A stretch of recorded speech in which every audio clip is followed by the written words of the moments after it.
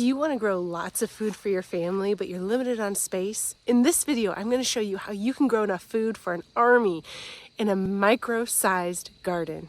Even just a small 10 by 10 footprint. That's 100 square feet, guys, and you can grow enough to feed your family all year long. Now it is fall, so I don't have all the produce to show you because we've wound things down and I'm not doing a big fall or winter garden, but the premises are the same, and I want you guys to know now so that you can plan ahead for when spring comes. Now is the time for planning, and then spring will be the time for implementing. Now the first way that you can really get the most bang for your buck is by these garden towers. Now there are several available out there, but I really love green stock. This is what I use. This bad boy has 49 pockets, and they're deep. They're very, very deep. You can grow carrots in these, you can grow beets in these, but I really like to grow things like lettuces, spinaches, and herbs. There isn't a single plant that you can't grow in these green stalks. And with 49 pockets, you can grow a lot. So I have grown tomatoes in here, I've grown watermelon in here, I have grown carrots and beets, I've grown lavender, I have grown oregano, the list is endless. You can grow whatever you want in these. And the beautiful thing, what allows you to grow any kind of plant you want in these is that the dirt goes all the way through the entire layer, which means there's so much room for roots. And it's a self-watering system. You fill this up once a day and it waters every single pocket. And if you enjoy content like this, make sure you're hitting that subscribe button. And if you appreciate the content that I'm doing today, hit that like button as well. We appreciate it so much. This thing doesn't take more than 2 by 2 on your floor space. So this is going to give you a lot of bang for your buck. Now, you can grow anything you want in this, but there's also other strategies that you can use. This is my raised bed, and I definitely have a fence around it because I have chickens, and I've just laid down fresh leaf mold and chicken manure in the bottom of it. Now I talk about food forests all the time and how you get so much more food because you're layering your food, right?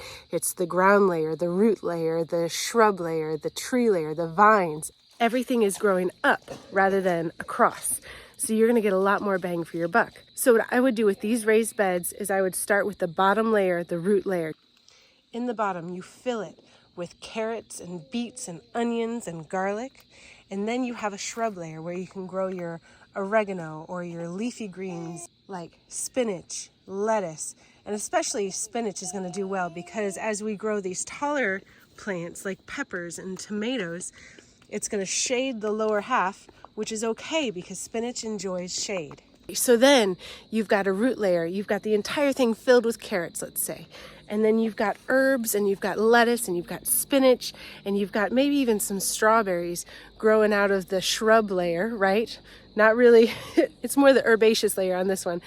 But if we're talking in terms of food forest, that's what we're talking about. The trees, right, would be the tall plants like these peppers or tomatoes or corn. And so for every layer, you've got something growing. You've got roots, and then you've got the mid-level, and then you've got the higher level, right? And it's growing up. Now, let's go for the vines.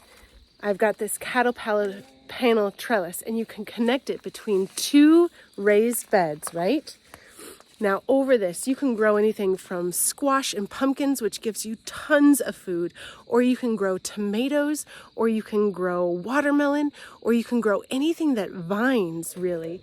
Over this, beans and peas, and you can rotate. So in the spring, you can plant your peas, and then you can get your beans going on it, and then while the beans are growing up, you get your tomatoes started, and by the time the beans are done, then the tomatoes are really taking over.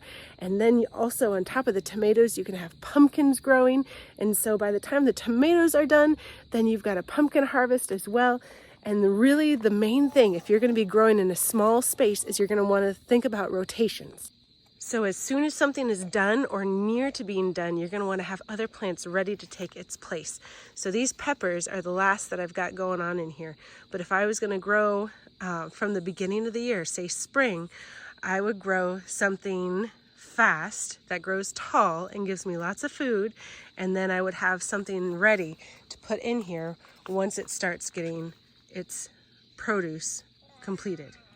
Okay, so we've got all this. You can do this in pots too. So I've got this pot right here and I've got flowers in it right now, but I could very easily put a tomato plant in the middle. I could put an eggplant in the middle, something tall, right? And then I plant herbs around it, or lettuces and spinach around it, and then roots underneath. And that's going to give you the most bang for your buck.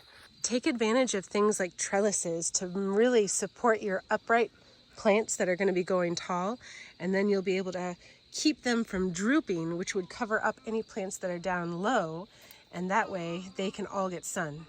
Okay, in the green stock, when you're putting your lettuce in here, and these pockets are producing lettuce or basil or whatever it is that you've put in here, when you harvest lettuce, you don't cut the whole top off, right? You cut the outer leaves off, and then the inner ones keep producing. And so one pocket can give you a continuous harvest of lettuce or spinach or whatever it is that you're growing in there, if it's a leafy green, continuously. So the keys to this is continuously harvest so that it continues to produce. If you leave your harvest on the vine or on the plant, it's going to stop producing. So you want to continuously harvest, and you want to be on top of that, which is nice because this is such a small garden, you can really easily stay on top of it. And if we're layering our system here with the root layer and then the mid and then the tall and maybe even taller with the cattle panel trellis or another kind of trellis if you want, then you're also going to be able to keep back a lot of the weeds, which is going to make it so much easier to take care of as well. Nobody wants to deal with weeds.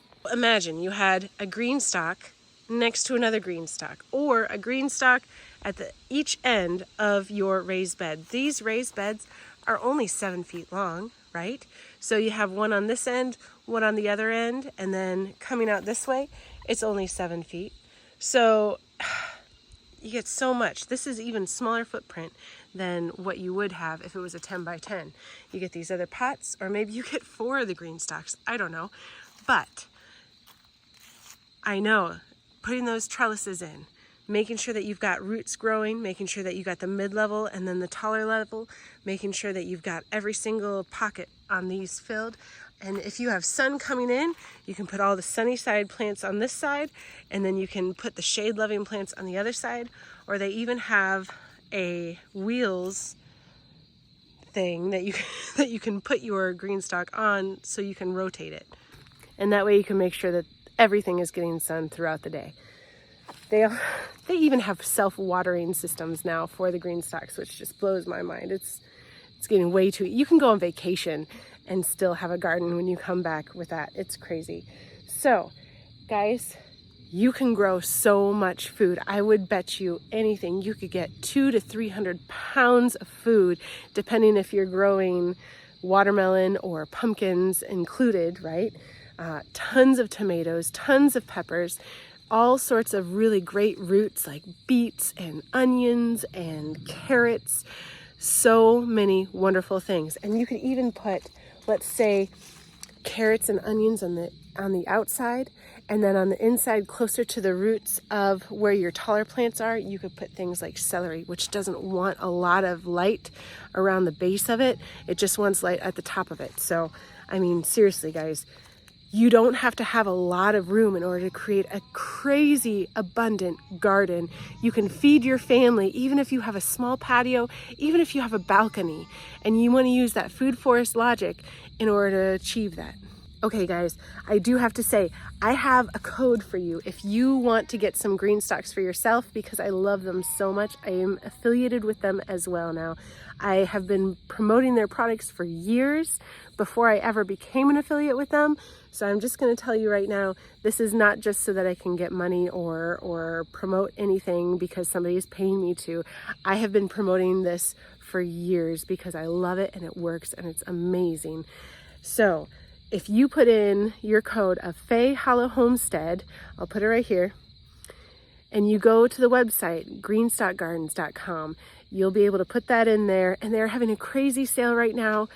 They're having some of their green stalks, their tall ones even, are up to 60% off. They have all these amazing colors too. It's incredible. So check that out.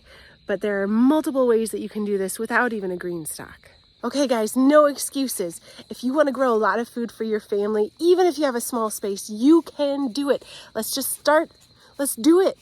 Get planting and stay blessed.